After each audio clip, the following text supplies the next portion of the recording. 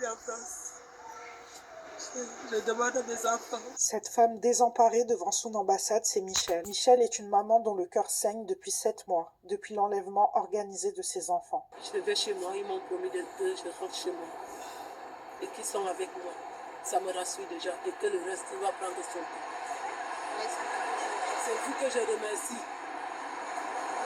Mélissa, tu es comme ma fille. Je te remercie beaucoup. C'est la police.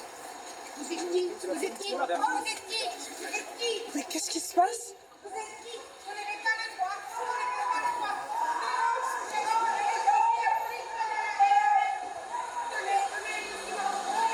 Tout a commencé dans le collège de son fils Richie, où le principal lui a fait écrire un mot accusant Michel de battre ses enfants. Le mardi 21 mai, mon principal m'a fait écrire une lettre dans laquelle je disais que ma mère, elle me tapait, elle m'insultait, elle me comparait à d'autres enfants.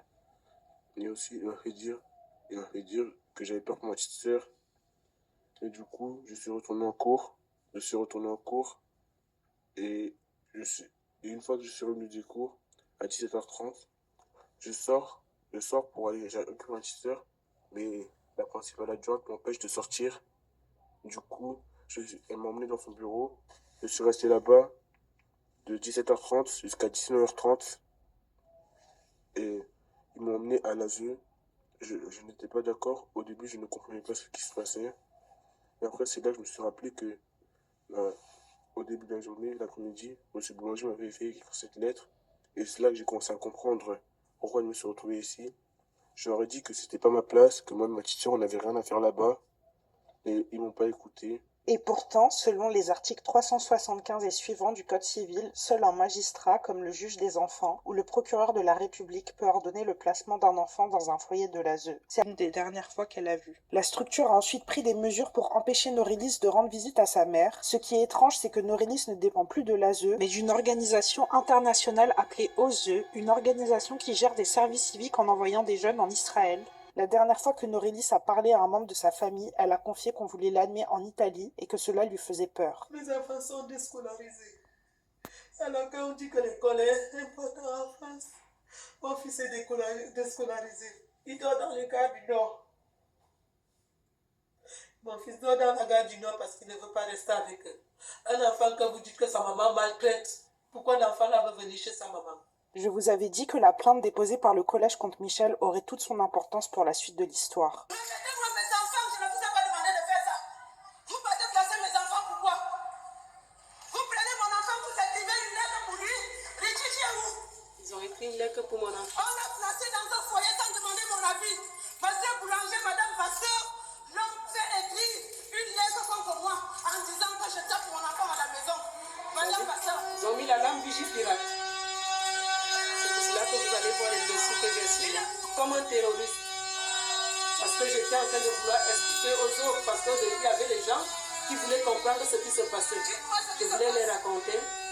Et c'est comme ça que la Madame Pia en lunettes que vous voyez a mis la lampe Vigipirate pour que je n'explique pas aux gens ce qui se passe. Depuis l'activation de l'alarme, le collège a appelé le commissariat de la Goutte d'Or qui a dépêché plusieurs voitures. Michel a alors subi de nombreuses violences policières avec 4 jours d'ITT. Depuis ce jour, elle est constamment harcelée par le commissariat de la Goutte d'Or qui la convoque pour des auditions par téléphone, une pratique illégale. Il la place ensuite en garde à vue pendant 48 heures sans motif apparent en l'empêchant de parler à un avocat ou même de boire de l'eau. Il semble y avoir une volonté de la briser psychologiquement. Mentalement, je suis cassée.